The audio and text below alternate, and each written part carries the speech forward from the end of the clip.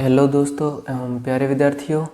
इस वीडियो में हम भूगोल का सामान्य परिचय पढ़ेंगे, जिसमें भूगोल की सामान्य जानकारी, परिभाषा और पृथ्वी की उत्पत्ति से संबंधित सिद्धांत और अंत में प्लेट विवर्तनिक सिद्धांत को पढ़ेंगे।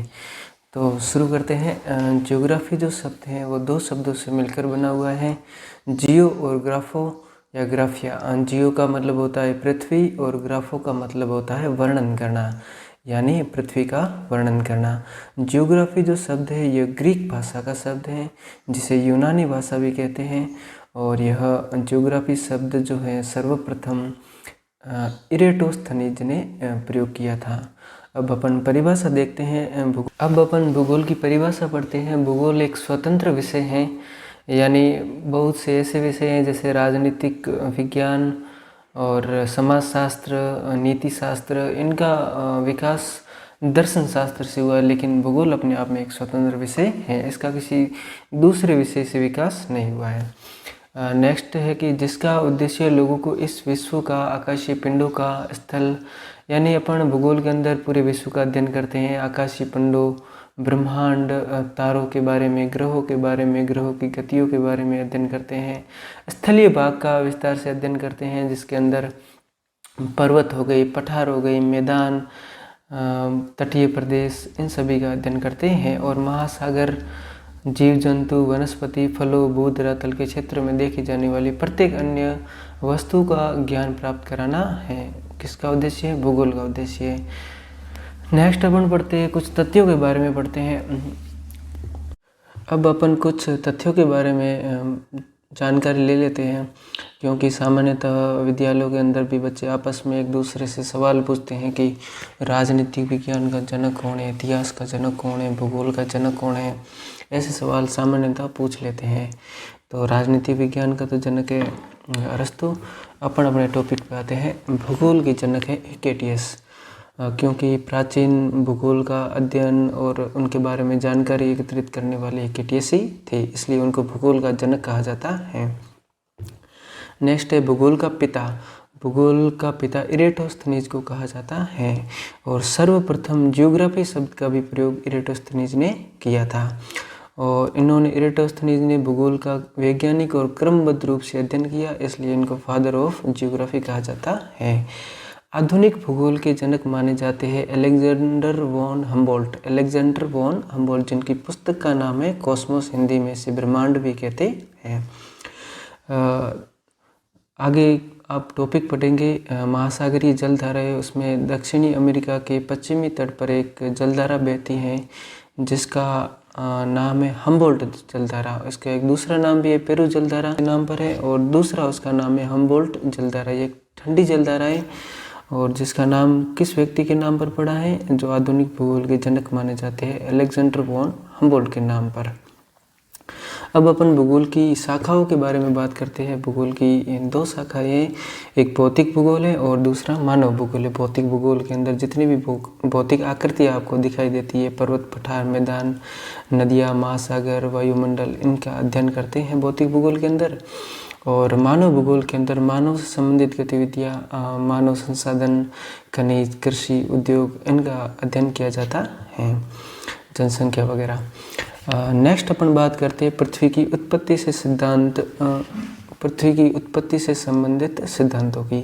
सामान्यतः अपन इनके ऊपर जानकारी लेंगे, ज़्यादा डीप में नहीं जाएंगे। तो पहला सिद्धांत है big bang theory.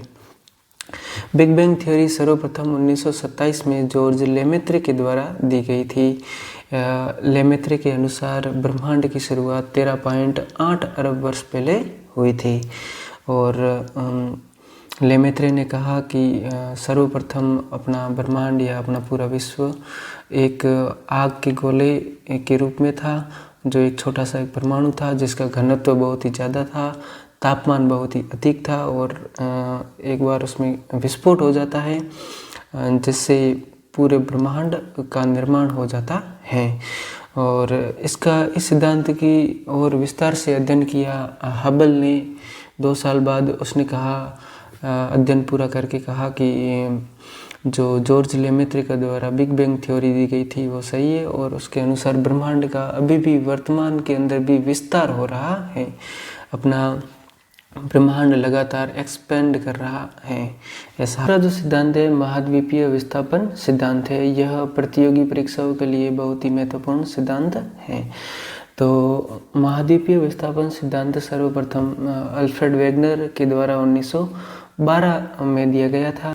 Alfred Wegener के अनुसार पृथ्वी के अंदर जलीय भाग और महाद्वीपीय भाग पहले अलग अलग थे, और जो महाद्वीप थे वो आपस में जुड़े हुए थे, जिनको पूरे महाद्वीपों और स्थलीय भाग को पेंजिया अल्फ्रेड वेगनर के द्वारा कहा गया था, और जो जलीय भाग था उसको अल्फ्रेड वेगनर ने पेंथालासा कहा। और सर्वाधिक हिस्सा किसका था? जलीय क्षेत्र का था।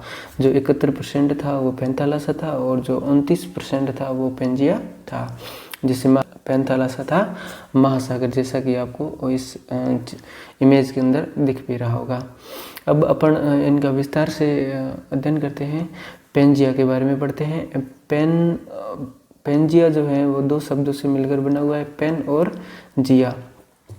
पेन का मतलब होता है सभी, और जिया का मतलब होता है पृथ्वी, यानी संपूर्ण जो पृथ्वी है यानी संपूर्ण महाद्वीप है उसको अल्फ्रेड वेगनर ने पेंजिया कहा। और जो ये पेंजिया जो शब्द है वो ग्रीक भाषा का शब्द है। तो बार बार ये ग्रीक शब्द आ रहा है, तो इसके बारे में अपन थोड़ी जानकारी ले लेते हैं कि ग्रीक भाषा का उद्भव वर्तमान के जो ग्रीस देश है उससे हुआ है। ग्रीस देश यूरोप में स्थित है। वो प्राचीन सभ्यता थी। वहाँ पर बहुत सारे विद्वान हुए, जैसे सुकरात, प्लेटो, अरस्तु, उनकी भूमि मानी जाती है। और उसी क्षेत्र से एक भाषा का विकास हुआ जिसका नाम था ग्रीक भाषा, जिसे यूनानी भाषा भी कहते हैं। ठीक है। और नेक्स्ट अपन पढ़ते हैं वर्तमान में पेंजिया दो भागों में विभाजित है। तो अल्फ्रेड वेगनर ने कहा था कि जो पेंजिया का निर्माण है वो लगभग 33.5 करोड़ वर्ष पहले हुआ था, और इसका विभाजन स्टार्ट हुआ 20 करोड़ वर्ष पहले। पेंजिया का निर्माण तो हुआ है 33.5 करोड़ वर्ष पहले, और इसका विभाजन हुआ है 20 करोड़ वर्ष पहले। इसका विभाजन होना आरंभ हो गया था, और पेंजिया दो भागों में विभाजित हो गया। एक जो इसका उत्तरी भाग था उसको कहा अंगारा लैंड या लोरेंसिया, और जो दक्षिणी भाग था उसको कहा गोंडवाना लैंड। और अंगारा लैंड से जो महाद्वीपों का निर्माण हुआ है वो 3 महाद्वीप थे, उत्तर अमेरिका, यूरोप और उत्तरी एशिया। और जो गोंडवाना लैंड से जो महाद्वीपों का निर्माण हुआ है वे थे दक्षिणी अमेरिका, अफ्रीका, दक्षिणी एशिया, ऑस्ट्रेलिया और अंटार्कटिका। इस प्रकार पेंजिया से निम्न 7 महाद्वीपों का निर्माण हुआ है। जो महाद्वीप ये जो एकत्रित थे उस युग को कहा जाता था कार्बोनिफेरस युग। और जो महाद्वीप जिनका निर्माण हुआ है वो ऊपरी जो पट्टी है महाद्वीपों की उसको सियाल बोला जाता है, और जो महासागरों का निर्माण हुआ है उसकी ऊपरी पट्टी थी उसको बोला जाता है सीमा। याद रखना। नेक्स्ट अपन पढ़ते हैं पेंथालासा के बारे में, यानी महासागर के बारे में। पेन का मतलब होता है सभी, और थलासा का मतलब होता है महासागर। पेंथालासा, ठीक है, यानी संपूर्ण महासागर, जो कितने % भाग पर है? 71% भाग पर स्थित है। और इस पेंथालासा से ही वर्तमान में अपने जो 5 महासागर है वो बने हैं। सबसे प्रमुख महासागर है, सबसे गहरा और सबसे बड़ा महासागर है वो प्रशांत महासागर है, अटलांटिक महासागर, हिंद महासागर, दक्षिणी महासागर और आर्कटिक महासागर। इन महाद्वीपों और महासागरों के बारे में सामान्य अपन जानकारी अगली वीडियो के अंदर लेंगे। ठीक है। तो नेक्स्ट जो आकृति थी वो उसको बोला जाता था टेथिस सागर, जो अंगारा लैंड और गोंडवाना लैंड के मध्य में स्थित थी। यह एक प्रकार की भूसन्नति थी। भूसन्नति उसे बोलते हैं जो पृथ्वी की सतह का लंबा और गहरा धंसा हुआ भाग जो था उसे भूसन्नति कहा जाता है, और वो पानी से भर गई होगी इसलिए वहाँ पर एक सागर का निर्माण हो गया जिसे टेथिस सागर कहा जाता है। और ग्रीक भाषा में टेथिस का मतलब होता है समुद्र की देवी, इसलिए इसका नाम भी क्या बढ़ गया सागर का, टेथिस सागर। यह एक भूसन्नति है जो अंगारा लैंड और गोंडवाना लैंड के मध्य में स्थित है। और इस टेथिस सागर से किन किन आकृतियों का निर्माण हुआ है? हिमालय पर्वतमाला, उत्तरी विशाल मैदान और थार का मरुस्थल का निर्माण टेथिस सागर से हुआ है। ये इम्पोर्टेंट है। नेक्स्ट अपन बात करते हैं महाद्वीपों के बारे में। कुल 7 महाद्वीप है और 5 महासागर हैं, जैसा कि आपको मानचित्र में दिख रहा होगा। ये जो ऊपर वाला महाद्वीप है उत्तर अमेरिका, दक्षिण अमेरिका, यूरोप, अफ्रीका, एशिया और ऑस्ट्रेलिया और अंटार्कटिका महाद्वीप। महासागर है प्रशांत महासागर, अटलांटिक महासागर, हिंद महासागर, इधर है दक्षिणी महासागर और उत्तर की ओर है। अगला जो अपना सिद्धांत है वो प्लेट विवर्तनिक सिद्धांत है। प्लेट विवर्तनिक का मतलब होता है पृथ्वी की जो अपनी ऊपरी परत है या परपट्टी है वो हिलती रहती है, जिस कारण अब ये प्लेटें घिसकती रहती है या अपनी जगह चेंज कर देती है या आपस में टकराती हैं। इस संबंध में यह सिद्धांत दिया गया था 1967 में मैकेंजी, मॉर्गन और पार्कर ने पूर्व के उपलब्ध विचारों को समन्वित कर प्लेट विवर्तनिक सिद्धांत का प्रतिपादन किया था। इस सिद्धांत के अनुसार पृथ्वी की जो ऊपरी परपट्टी या परत है वो 7 बड़ी एवं कुछ छोटी प्लेटों से बनी हुई है। पृथ्वी की ऊपरी परत तो प्लेटों की गति के कारण प्लेटों के अंदर एवं ऊपर की ओर स्थित महाद्वीपीय सेलों में दबाव उत्पन्न होता है।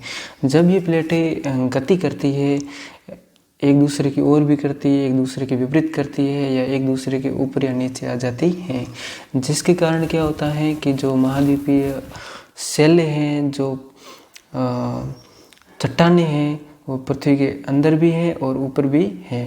जो अंदर वाली सेलों पर क्या दबाव उत्पन्न होता है, जिसके कारण वो लावे में कन्वर्ट हो जाती हैं तापमान की अधिकता के कारण, और जो वो अंदर वाला लावा है वो धीरे धीरे बाहर निकलना स्टार्ट हो जाता है ज्वालामुखी के रूप में। और जब ये प्लेटें आपस में टकराती हैं तो नए नए पर्वत श्रृंखलाओं का निर्माण हो जाता है। और जब ये प्लेटें एक दूसरे से दूर जाती हैं तो दरारों का निर्माण हो जाता है। तो प्लेटों की गति के कारण या प्लेट विवर्तन के कारण इसके परिणाम क्या क्या होते हैं? वलन होता है, भ्रंशीकरण होता है और ज्वालामुखी क्रियाएं होती हैं।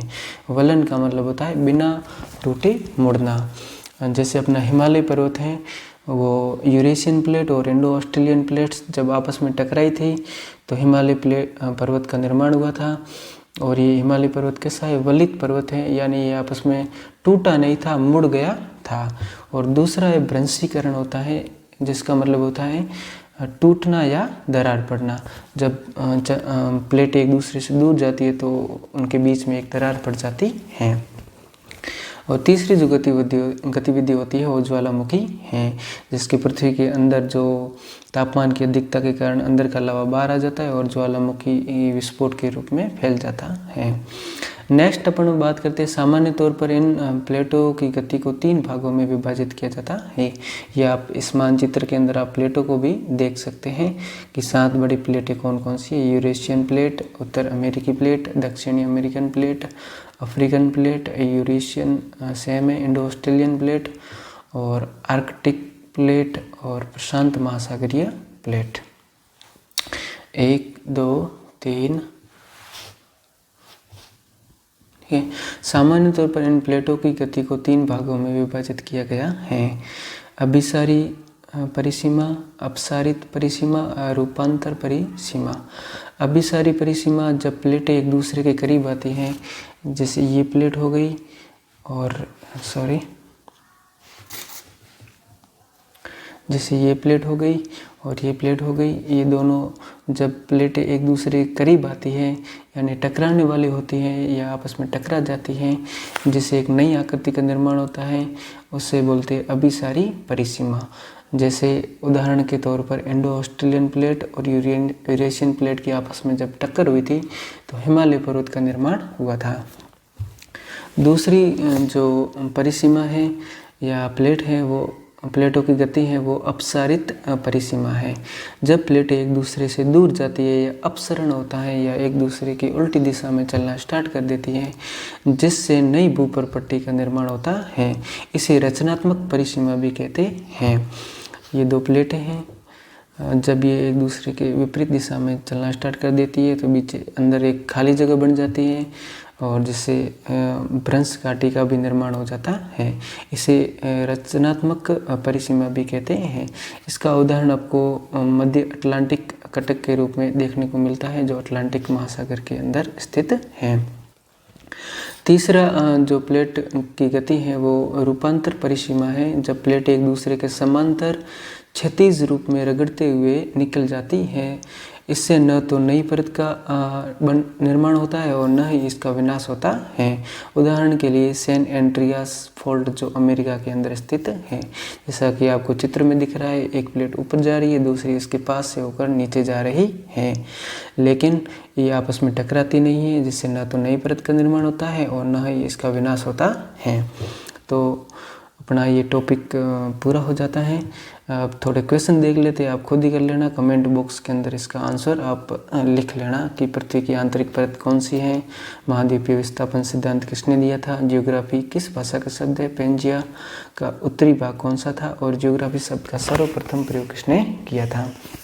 इस वीडियो के अंदर आपको कोई सुझाव देना हो या कोई मेरा पहला वीडियो है तो इस वीडियो में आप कोई सुझाव दे सकते हैं, या कंटेंट को और डालने के लिए आप कह सकते हैं कि ये थोड़ा डीप नहीं है तो आप डीप पढ़ाने के लिए भी बोल सकते हैं, और अगर ये ज़्यादा डीप लग रहा है तो मैं इसके फैक्ट थोड़े कम कर दूंगा।